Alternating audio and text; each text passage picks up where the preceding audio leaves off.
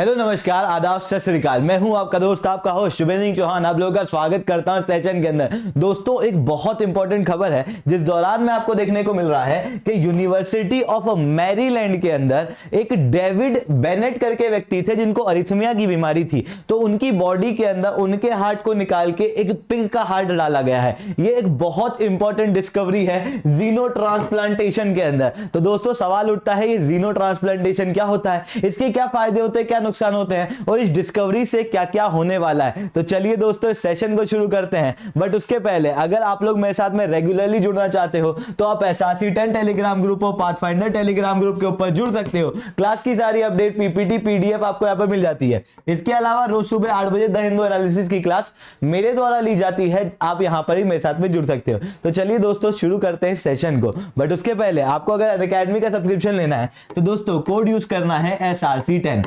चलिए तो क्या हुआ है, हाल ही में आपको देखने को मिला है कि अरिथमिया की बीमारी थी और जीनो ट्रांसप्लांटेशन किया गया। तो पहले तो ये दो कीवर्ड समझते हैं कि अरिथमिया क्या होता है। अरिथमिया एक प्रकार की बीमारी है जिसके अंदर हार्ट रेट बहुत इरेगुलर हो जाता है, कई बार बहुत ज्यादा हो जाता है तो कई बार बहुत स्लो हो जाता है, जिसके कारण से कई सारी समस्याएं जो वो आ सकती है।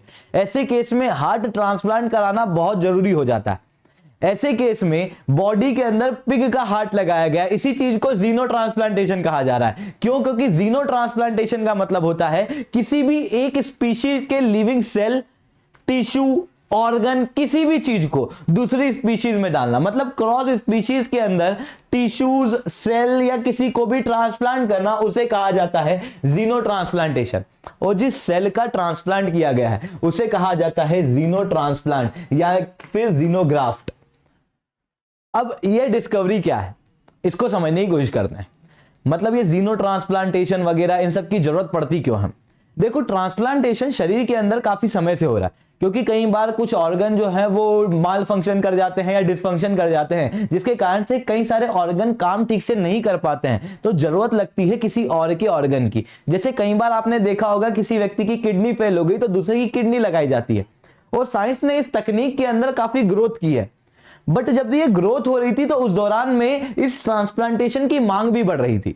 जैसे कई सारे लोगों को किडनी की आवश्यकता पड़ती है, कई सारे लोगों को हार्ट ट्रांसप्लांट की आवश्यकता पड़ती है, बट सप्लाई उतनी नहीं है क्योंकि कई सारे लोग अपने बॉडी पार्ट को डोनेट नहीं करना चाहते। अगर इसको मैं एक डाटा के रूप में बताऊं तो भारत के अंदर 0.18 मिलियन पीपल जो हैं उनका हर साल किडनी ट्रांसप्लांट होता है, पर केवल 6000 को ही किडनी मिल पाती है और उनकी किडनी ट्रांसप्लांट हो पाती है। भारत के अंदर 25 से 30,000 लोगों के लीवर ट्रांसप्लांटेशन की मांग है, पर केवल 1500 ही ट्रांसप्लांट हो पाती है। इतना ही नहीं, 50,000 हार्ट फेलियर हर वर्ष भारत के अंदर होते हैं, पर केवल 10 से 15 हार्ट ही ट्रांसप्लांट हो पाते हैं क्योंकि कई सारे लोग, क्योंकि डोनर की जो है भारत के अंदर कमी है। भारत क्या पूरे विश्व के अंदर कमी है। मतलब एक तरफ तो मांग है कि हम लोगों को बॉडी के अंदर ट्रांसप्लांट कराना है एक व्यक्ति की जान को बचाने के लिए, वहीं दूसरी तरफ उन ऑर्गन्स की कमी है। इसी कारण से हम लोग दूसरे जानवरों के अंदर खोज करते हैं कि कहीं दूसरे जानवरों का ऑर्गन इंसान में लगाया जा सकता है क्या। इसी चीज का प्रयोग आता है तो जीनो ट्रांसप्लांटेशन किया जाता है। और हाल ही में ये देखने को मिला है कि पिग के हार्ट को ट्रांसप्लांट किया गया। पर क्या ये पहली बार किया गया? क्या ये खोज बिल्कुल नहीं है? नहीं, सालों पहले से इसके ऊपर कोशिश की जा रही थी पर अभी तक कुछ हो नहीं पाया था। 1970 के अंदर आप देखोगे तो लीवर, हार्ट और किडनी ट्रांसप्लांट की गई थी नॉन ह्यूमन से ह्यूमन के अंदर, पर यह डिस्कवरी भी फेल हो गई क्योंकि एक आदमी जो होता है, इंसान जो होता है, इंसान के अपने खुद के ऑर्गन है और इंसान का अपना एक इम्यून सिस्टम है। कोई दूसरे जानवर का ऑर्गन डायरेक्टली मेरी बॉडी के अंदर डाला जाएगा तो मेरा इम्यून सिस्टम उसको रिजेक्ट कर देगा और मेरी बॉडी पूरी तरीके से माल फंक्शन करने लगेगी। ऐसे केस में अगर लीवर, हार्ट, किडनी जैसी चीजें डाली जाती है तो कई बार व्यक्ति की डेथ भी होती है। नॉट जस्ट दिस, आपको 1984 के अंदर देखने को मिलेगा कि एक छोटे बच्चे के अंदर बबून का हार्ट डाला गया था। 21 दिन तक वो बच्चा जिया, उसके बाद उसकी डेथ हो गई क्योंकि बॉडी ने उस ऑर्गन को रिजेक्ट कर दिया था।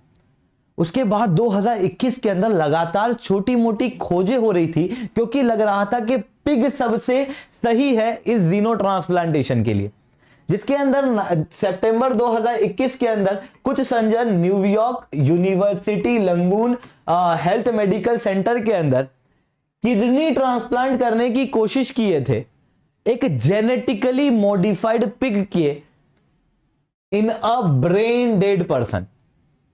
इतना ही नहीं, आप देखोगे तो नवंबर 2021 के अंदर भी एक पिग की किडनी ट्रांसप्लांट की गई थी एक ऐसे व्यक्ति में जो वेंटिलेटर पे था। पर आप इन दोनों चीजों को देखोगे तो ब्रेन डेड पर्सन जो लगभग मृत्यु की सिचुएशन पे है, उनके अंदर ये ट्रांसप्लांटेशन किए जा रहे थे, क्योंकि ये ट्रांसप्लांटेशन केवल एक्सपेरिमेंटल पर्पस से थे, ताकि एक्सपेरिमेंट किया जा सके। यहां पर व्यक्ति को बचाने का कोई ज्यादा एम नहीं था। पर ये एक्सपेरिमेंट क्यों किए जा रहे थे, मैंने बताया कि आदमी की बॉडी जो होती है वो क्या करती है, फॉरेन जितने भी ऑर्गन होते हैं अगर उसके अंदर डायरेक्टली लगा जाए तो उसको रिजेक्ट कर देती है, जिसके कारण से कई बार वो जो ट्रांसप्लांटेड ऑर्गन है वो फेल हो जाता है काम करना। तो हम लोगों को यह समझना था कि किसी भी ऑर्गन को जिसे दूसरे जानवर से इंसान के अंदर ट्रांसप्लांट किया जा रहा है, उस ऑर्गन के जीन के अंदर क्या क्या चेंजेस करने पड़ेंगे ताकि इंसान की बॉडी उसे रिजेक्ट ना करे। और ये सारी चीजों को समझने के लिए छोटी मोटी डिस्कवरियां जो हैं वो पहले भी की गई। इवन भारत के अंदर भी आप देखोगे तो 1997 के अंदर इसी तरीके से ऑर्गन ट्रांसप्लांट किया गया था पिग से, पर वो भी कहीं ना कहीं खत्म हो गया था, वो भी कहीं ना कहीं फेल हुआ था। पर हाल ही में आपको देखने को मिला कि नवंबर और सितंबर की डिस्कवरी में ये पता चला कि कुल 10 जीन्स है जिसके अंदर चेंजेस करने पड़ेंगे पिग से ह्यूमन में। सवाल उठता है पिग ही क्यों? क्योंकि पिग की ये खासियत है कि पिग के जीन्स को आसानी से मॉडिफाई किया जा सकता है, मतलब पिग के ऑर्गन्स जो होते हैं उन्हें इस तरीके से आसानी से बदला जा सकता है कि वो इंसान की बॉडी में लग पाए। इसी कारण से हम लोगों ने पिग को चूज किया। अब पिग जो है वो लग रहा था कि ये सबसे सही हो सकता है जीनो ट्रांसप्लांटेशन के लिए। अब क्या किया गया कि उस पिग के अंदर 10 जीन पता चले, जिसके अंदर से 4 जीन जो थे वो पिग के अंदर थे जिसे ह्यूमन बॉडी रिजेक्ट करती है। तो हम लोगों ने उन 4 जीन को इनएक्टिवेट किया, जिसके अंदर से एक जीन ऐसा था जो हार्ट को ग्रो कराता है, उसे कहीं ना कहीं इनएक्टिव किया गया। और कुछ ऐसे जीन थे जो इंसान के अंदर एग्रेसिव इम्यून रिस्पांस क्रिएट कर देते हैं, उन्हें इनएक्टिव किया गया। 1990s के अंदर हम लोगों को ये ऑलरेडी पता चल चुका था कि जो पिग के सेल्स होते हैं उसके ऊपर जो शुगर के मॉलिक्यूल्स होते हैं उसकी वजह से इम्यून रिस्पांस जो है वो ह्यूमन के अंदर क्रिएट होता है। हम लोग उस ह्यूमन के इम्यून रिस्पांस को कम करना चाहते थे ताकि ह्यूमन बॉडी रिजेक्ट ना करे, तो हम लोगों ने उस शुगर को भी कहीं ना कहीं शुगर के मॉलिक्यूल को भी कम करने की कोशिश की। 4 जीन को इनएक्टिव किया गया, वहीं 6 जीन को एक्टिवेट किया गया। 6 जीन को एक्टिवेट किया गया जो कि ह्यूमन बॉडी के अंदर एक्टिवेटेड रहते हैं, और उस हार्ट को पूरी तरीके से ह्यूमन बॉडी लायक बनाया गया और उसके बाद ह्यूमन के अंदर उसे ट्रांसप्लांट किया गया। इतना ही नहीं, आप देखोगे तो कई सारे जानवरों के डीएनए के अंदर कुछ वायरसेस होते हैं जिन्हें हम लोग रेट्रो वायरस कहते हैं। वो उनकी बॉडी में तो ठीक से काम करते हैं, पर हमारी बॉडी के अंदर आए तो बीमारी कर सकते हैं। पिग के अंदर भी उसके डीएनए में भी इसी तरीके के वायरसेस थे। पुरानी जो सितंबर नवंबर की रिसर्च है जिस दौरान में किडनी वगैरह ट्रांसप्लांट करने की कोशिश की गई एक ब्रेन डेड पर्सन में, उसी से हमको पता चला कि कौन कौन से रेट्रो वायरस हमको यहां से निकालने हैं, और उस डीएनए से उस रेट्रो वायरस को भी निकाला गया। और उसके बाद एक टूल का प्रयोग किया गया CRISPR-Cas9 का, जिसके जरिए जीन के अंदर मॉडिफिकेशन किया गया और ह्यूमन बॉडी में उस हार्ट को लगाया गया। और इस तरीके से ये जीनो ट्रांसप्लांटेशन की प्रक्रिया खत्म हुई, जिसके बाद में ऐसा लग रहा है कि शायद अब ऑर्गन जो है वो ज्यादा मिल पाएंगे और ह्यूमन के अंदर ट्रांसप्लांटेशन हो पाएगा और लाइफ जो है वो ज्यादा मात्रा में बढ़ पाएगी, बच पाएगी। But there are certain concern as well.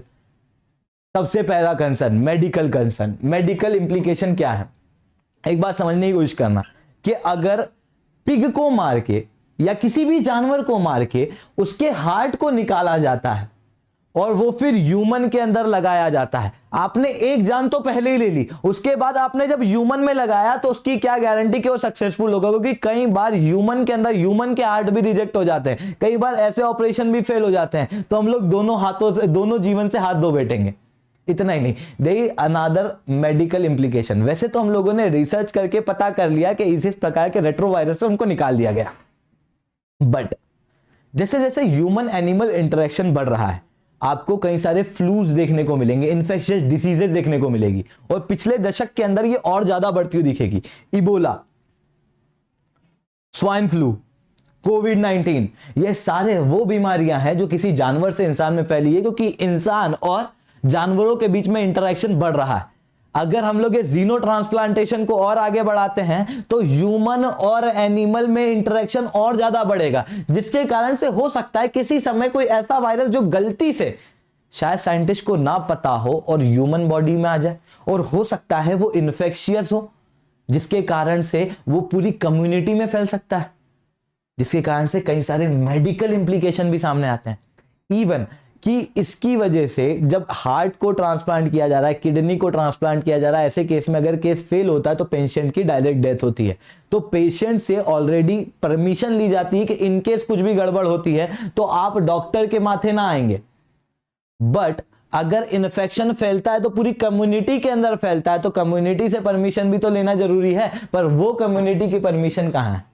These are certain medical implication. There are certain other animal right implication. सीधी सी बात है, प्रकृति ने सबको एक समान माना है, प्रकृति ने सारे जानवरों और इंसानों को बराबर रूप से रखा है। ऐसी कंडीशन में हम लोग किसी व्यक्ति से उसकी जान लेके ह्यूमन के अंदर दे रहे हैं, इसका मतलब क्या है कि ह्यूमन अपनी सुपीरियरिटी का प्रयोग कर रहा है।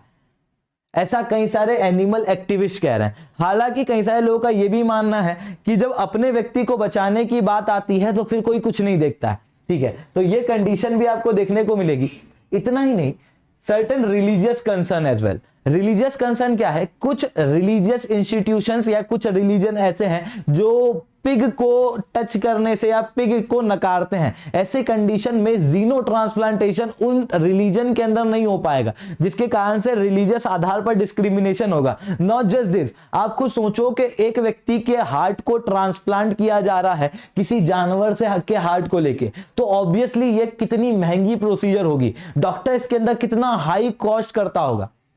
तो क्या ये जो नई रिसर्च है ये किसी गरीब के काम आ पाएगी क्या?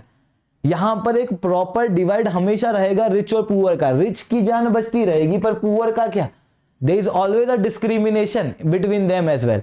तो ये सारे कंसर्न जो है वो जीनो ट्रांसप्लांटेशन के उभर के आ रहे हैं। तो जीनो ट्रांसप्लांटेशन के बारे में जितनी भी चीजें थी और इस केस से रिलेटेड, इस रिसर्च से रिलेटेड जितनी भी चीजें थी, वो सारी चीजें दोस्तों मैंने आपको बताई है। अगर आपको लेक्चर बहुत अच्छा लगा हो तो नीचे SRC10 कमेंट करना। अगर अच्छा लगा है तो लेक्चर को लाइक करना और चैनल को सब्सक्राइब करना। बस दोस्तों इतनी ही गुरु दक्षिणा है आप लोगों की तरफ से। इसके अलावा अगर आपको अनअकैडमी का सब्सक्रिप्शन लेना है तो आप कोड यूज कर सकते हो SRC10। SRC10 कोड का यूज करने के बाद में आपको अनअकैडमी के ऊपर डायरेक्ट 10% का डिस्काउंट मिल जाता है। अगर आप देखोगे तो हाल ही में 18 महीने के सब्सक्रिप्शन के लिए लगभग 20% तक का डिस्काउंट अवेलेबल है। साथ में 3 महीने का एक्सटेंशन अलग मिलेगा, मतलब ये सब्सक्रिप्शन 21 महीने तक जाएगा। इसके पीछे लॉजिक क्या है बताता हूं।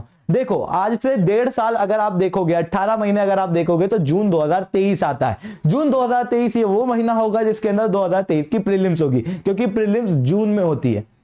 2023 की प्रीलिम्स तक आपका सब्सक्रिप्शन 18 महीने में जाता है। प्रीलिम्स के ठीक 3 महीने के अंदर अंदर आपकी मेंस आ जाती है।